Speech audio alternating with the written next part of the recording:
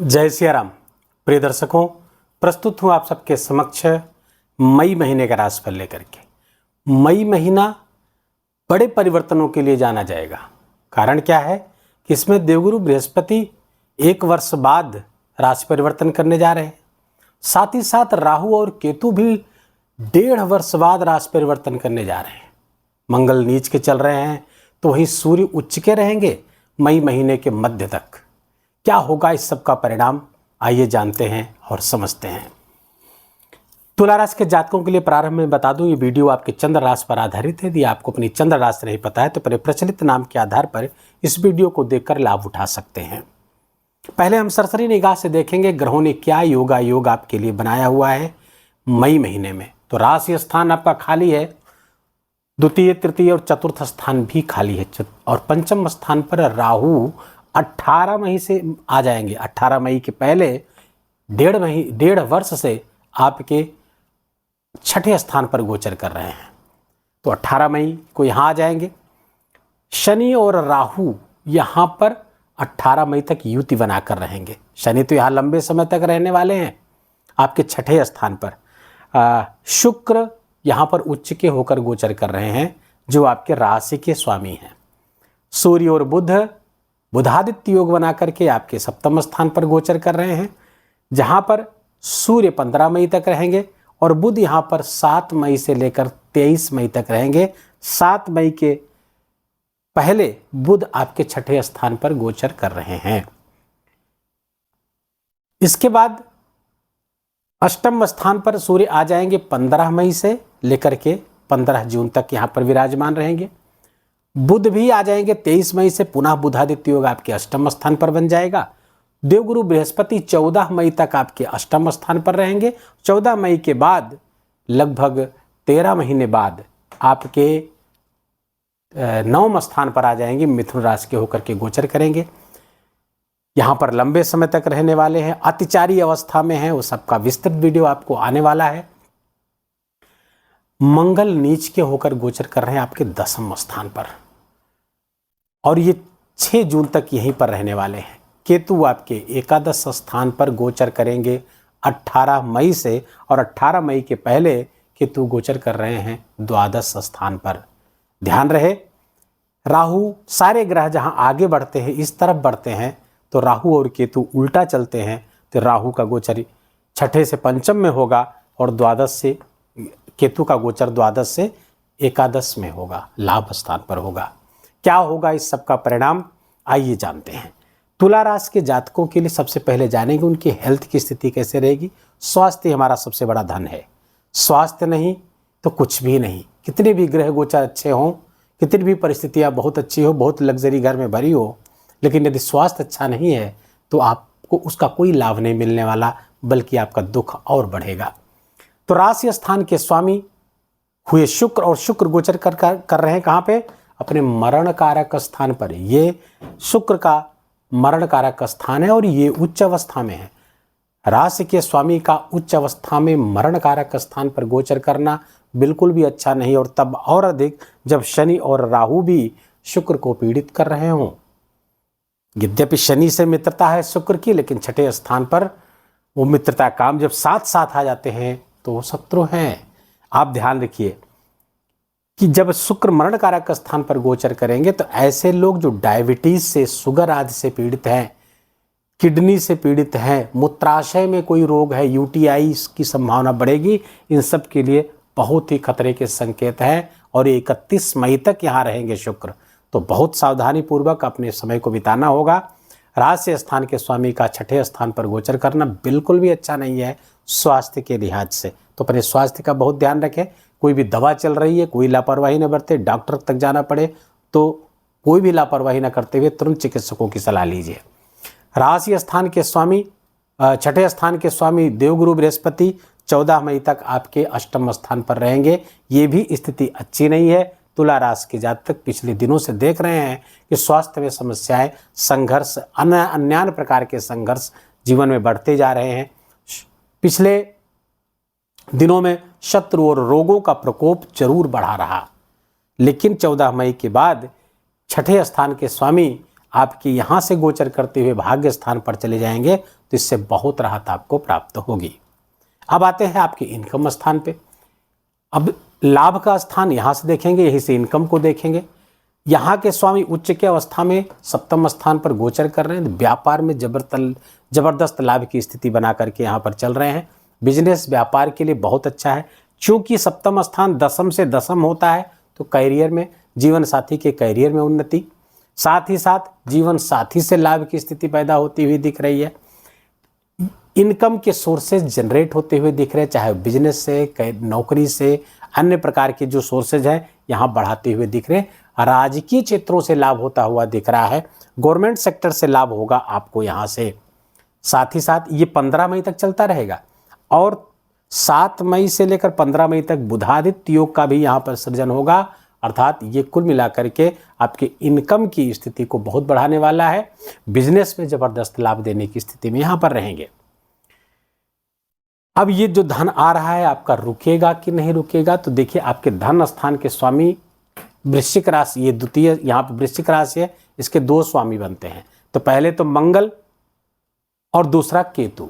केतु भी वृश्चिक राशि का स्वामी होता है। तो इन दोनों ग्रहों को हम लेंगे। तो पहले तो देखें मंगल धन स्थान के स्वामी नीच के होकर चल रहे हैं कर्म स्थान पर। तो यहाँ पर धन का व्यय आपके कार्य क्षेत्र में होता हुआ दिख रहा है। कुछ नेगेटिविटी आपके कार्यस्थल पर आती हुई दिख रही है, जिससे धन का नुकसान होता हुआ दिख रहा है। कौन सा धन? जो एक्यूमुलेटेड है, जो वेल्थ आपके प्रॉपर्टी है, अचल संपत्तियां हैं, वहाँ पे भी कुछ परेशानियां बढ़ाते हुए दिख रहे हैं, जिसके कारण से आपका तनाव भी बढ़ेगा, स्वास्थ्य भी प्रभावित होगा। क्योंकि नीच के मंगल की दृष्टि, चौथी दृष्टि आपके राशि पर पड़ रही है, जिसके कारण से आपका एंगर बढ़ेगा, आपके अंदर क्रोध की मात्रा बढ़ेगी, जिसके कारण से स्वास्थ्य और धन दोनों प्रभावित होगा। दूसरी बात, जब इनके यहाँ के स्वामी धनेश को केतु के रूप में लेते हैं तो केतु द्वादश स्थान पर गोचर करेंगे 18 मई तक। तो 18 मई तक खर्चे भी बढ़े रहेंगे। तो मंगल और केतु दोनों मिलाकर के कुछ आर्थिक समस्याएं पैदा जरूर करेंगे। और कहाँ पे? इनकम तो बढ़ता हुआ रहेगा, एक्यूमुलेटेड वेल्थ पे, तो धन को बहुत ही सोच समझकर खर्च करेगा। हालांकि केतु जब 18 मई को राशि परिवर्तन करके आपके एकादश स्थान पर आ जाएंगे तो ये लाभकारी स्थिति में आ जाएंगे। उपचय स्थान है, पापक ग्रह आएगा तो लाभकारी बना देगा। लेकिन 18 मई तक फिर भी किसी बड़े निवेश से आपको बचना चाहिए, अन्यथा नुकसान होने की संभावना रहेगी। अब आते हैं आपके पंचम स्थान पर। यहाँ से शिक्षा और संतान को देखेंगे, प्रेम को देखेंगे। तो प्रेम का भाव 18 मई के बाद अच्छा नहीं है। 18 मई के पहले तक तो स्थितियाँ कुछ ठीक भी हैं, लेकिन इसके बाद स्थिति गड़बड़ होती हुई दिख रही है। प्रेम संबंधों में तनाव बढ़ेगा, संशय बढ़ेगा, विरोधाभास पैदा होगा, एक दूसरे के ऊपर शक करेंगे, जिसके कारण से संबंध में, क्योंकि राहु सेपरेटिव ग्रह है, सेपरेट करा देगा, संबंध को तोड़ देगा। और आने वाले 1.5 वर्ष तक यही रहने वाले 18 मई से, तो बहुत सावधान होकर के आपको गुजरना होगा यदि आप लव रिलेशनशिप में हैं। साथ ही साथ अगर हम बात करें शिक्षक विद्यार्थियों के लिए, तो विद्यार्थियों के लिए बहुत बड़ा जैकपॉट यहाँ पर आया हुआ है। कारण क्या है कि पंचमेश आपके 6ठे स्थान पर गोचर करेंगे। 6ठा स्थान प्रतियोगिता का है, कंपटीशन का है, तो वहाँ पर शनि जाएंगे तो ये उपचय स्थान है, यहाँ पर राजयोग कारक हो जाते हैं शनि। तो प्रतियोगी परीक्षाओं में विजय की सूचना लेकर के आए हैं शनिदेव, और ये रहने वाले हैं 2.5 वर्ष तक। अतिचारी अवस्था में है, थोड़ी हड़बड़ी में है, संभल कर चलना होगा, लेकिन लाभ जरूर कराएंगे। और अब चूंकि उत्तरा भाद्रपद पर अपने ही नक्षत्र पर गोचर करने वाले हैं, तो और भी लाभकारी स्थिति में आ रहे हैं। तो तुला राशि के जो विद्यार्थी हैं वो बिल्कुल सावधान हो जाए और अपनी पढ़ाई पर फोकस करें। सफलता आपके इर्द गिर्द घूम रही है, उसको पकड़ लीजिए। कंपटीशन में विजय सुनिश्चित है। अब अगर आप की संतान है, संतान के साथ कुछ मतभेद यहाँ बनते हुए दिख रहे हैं, लेकिन संतान के करियर में कुछ उन्नति जरूर होती हुई यहाँ से दिखेगी। गृहस्थ जीवन की बात करें तो सूर्य और बुध यहाँ पर चल रहे हैं। सूर्य उच्च के होकर हैं, 15 मई तक यहाँ उच्च के होकर रहेंगे। थोड़ा सा खटपट रहेगी, आपका ईगो बढ़ेगा, आपका ईगो टकराएगा छोटी छोटी बातों में, जिससे आपके लाइफ पार्टनर के साथ, आपके जीवन साथी के साथ कुछ तू मैं की स्थिति बन सकती है।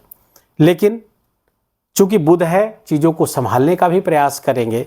और एक चीज़ और यहाँ पर घटना घटेगी, अगर आप आपका बिजनेस पार्टनरशिप में है। देखिए बिजनेस में लाभ की स्थिति यहाँ सूर्य बनाए हुए हैं, लेकिन यदि आप पार्टनरशिप में बिजनेस कर रहे हैं तो 15 मई तक अपने क्रोध को, अपने ईगो को थोड़ा सा, उसके ईगो के लेवल को डाउन करके रखेंगे तो बिजनेस व्यापार में अच्छा लाभ मिलेगा, पार्टनरशिप भी बची रहेगी। इसके बाद सूर्य का गोचर आपके अष्टम स्थान पर होगा जो आपके लाभेश भी है। तो अगर यहाँ पर संबंध गड़बड़ होता है तो आने वाले दिनों में नुकसान भी आपका हो सकता है। कोशिश करें कि पार्टनरशिप में बिजनेस है, पार्टनर के साथ बना करके चले, अपने अहंकार के कारण संबंध को गड़बड़ ना होने दें, रिलेशनशिप को अच्छा बना के रखें, क्योंकि रिलेशनशिप इन दिनों आपकी दांव पर लगी हुई है। मंगल की नीच के मंगल की दृष्टि भी आपके चतुर्थ स्थान पर पड़ रही है। भाई, मित्र, परिवार, समाज, यहाँ पर दृष्टि मंगल की है तो भले उच्च की दृष्टि होगी, उच्च स्थान पर देखेंगे, लेकिन चूंकि नीच स्थान पर हैं तो यहाँ पर मैलेफिक दृष्टि मानी जाएगी, नुकसान कर सकते हैं। यहाँ पर आपका लिटिगेशन बढ़ सकता है, भूमि संबंधी विवाद करा सकते हैं, जमीन के खरीद फरोख्त में बहुत सावधानी बरतनी है। बिडिंग कहीं कर रहे हैं, कहीं ठेकेदारी में लगे हुए हैं, वहाँ पर बिडिंग करते समय निविदा के लिए थोड़ा सा सावधानी बरतने की आवश्यकता है, समस्या पैदा कर सकते हैं। करियर की बात करें तो करियर स्थान पर मंगल नीच के गोचर कर रहे हैं, सावधान रहना होगा। करियर में कोई एडवर्स इफेक्ट ना आने पाए, अपने बॉस से कोई मतभेद ना होने दे और अपने कोलीग्स से भी कोई मतभेद ना हो, इस बात का ध्यान रखना होगा तुला राशि के जातकों को, क्योंकि मंगल है समस्या कारक बना हुआ है। न केवल व्यक्तिगत स्तर पर बल्कि राष्ट्रीय अंतर्राष्ट्रीय स्तर पर इस मंगल का दुष्प्रभाव देखने को मिलता हुआ दिख रहा है, चाहे वो बंगाल का मुर्शिदाबाद हो या कश्मीर का पहलगाम। इस मंगल के कारण समस्याएं पैदा हो रही हैं।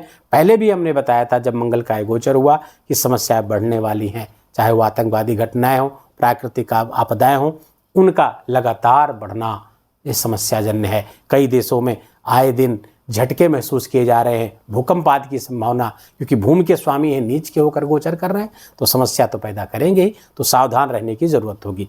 मंगल की चौथी दृष्टि से स्वास्थ्य को प्रभावित कर रहे हैं, सातवीं दृष्टि से माता के स्वास्थ्य को प्रभावित कर रहे हैं और आठवीं दृष्टि से संतान के साथ संबंध और संतान के स्वास्थ्य को प्रभावित कर रहे हैं। इसलिए इन सब चीज़ों से बहुत सावधान रहने की मई महीने में आपको ज़रूरत होगी। जहाँ तक धन की बात करें तो इनकम में कहीं प्रॉब्लम नहीं, इनकम अच्छी होती हुई दिख रही, लेकिन एक्यूमुलेटेड वेल्थ में समस्या आती हुई दिख रही।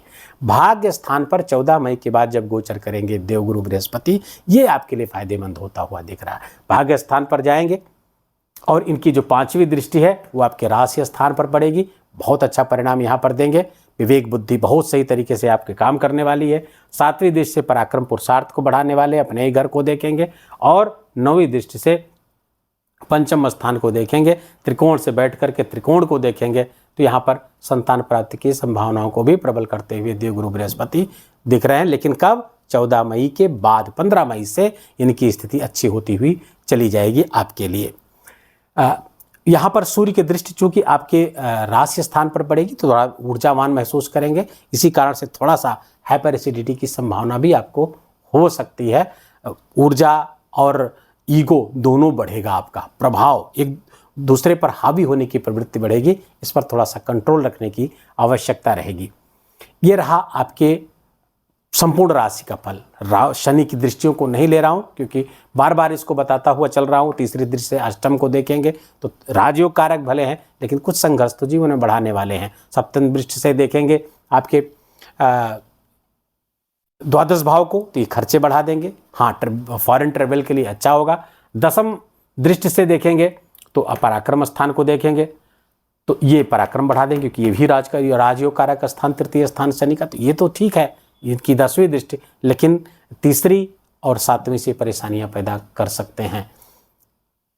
अब हम आते हैं आपके क्या शुभ अशुभ तिथियां हैं आपके लिए, कौन सी वो महत्वपूर्ण तारीख है इस महीने मई में जो आपके लिए शुभ हो सकती है। कोई महत्वपूर्ण कार्य प्रारंभ करना हो तो इन तिथियों में कर सकते हैं।